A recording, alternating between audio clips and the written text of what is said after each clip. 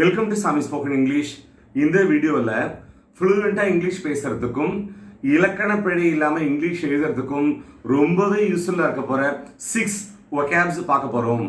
Number 1, frivolous. FRIVOLUS. ஃப்ரிவோலஸ்னா என்ன?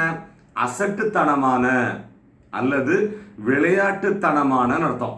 Let's see an example. விளையாட்டுத்தனமான அல்லது அசட்டுத்தனமான பர்ச்சேஸுக்கு அவரு தன்னுடைய பணத்தை வாரி இறக்கிறாரு.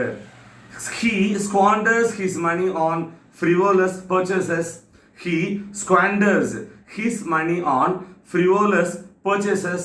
நல்லா நோட் பண்ணிக்கோங்க. squander, SQUANDER, squander இந்த verb-க்கு பணத்தை அல்லது நேரத்தை கண்மூடித்தனமாக பொறுப்பு இல்லாம வீணடிக்கிறதுன்னு அர்த்தம். Number 2, monotonous. MONOTONOUS என்ன அர்த்தம்? ஒரே மாதிரியான சலிப்பான அர்த்தம். Let's an example. ஒரே மாதிரி சலிப்பா இருக்கிற ஒரு வேலையில நான் இருந்தேன். I was in a monotonous job. I was in a monotonous job. Number 3, stale. STALE. ஸ்டேல்னா என்ன? கெட்டு போன அல்லது சலித்து போன. ஸோ உணவு வகைகளை பற்றி பேசும்போது கெட்டு போனேன்னு சொல்லிக்கலாம், மற்ற இடத்துல சலிச்சு போனேன்னு சொல்லிக்கலாம். Let's see 2 examples. நம்பர் 1, இந்த பிரெட் கெட்டு போயிட்டு இருக்கு. This bread is going stale. This bread is going stale. அவங்களுடைய திருமண வாழ்க்கை அழுத்து போயிடுது, சலிச்சு போயிடுது. their marriage has gone stale. their marriage has gone stale. Number 4, contentment. CONTENTMENT என்ன அர்த்தம்? கண்டென்ட்மெண்ட்டுக்கு திருப்தி அல்லது மனநிறைவு. கடைசியா நான் திருப்தியை கண்டுபிடிச்சிட்டேன். கடைசியா நான் மனநிறைவை கண்டுபிடிச்சிட்டேன். I have found contentment at last. I have found contentment at last. Next பார்க்க போறோம். Number 5, vital. VITAL. vital என்ன அர்த்தம்?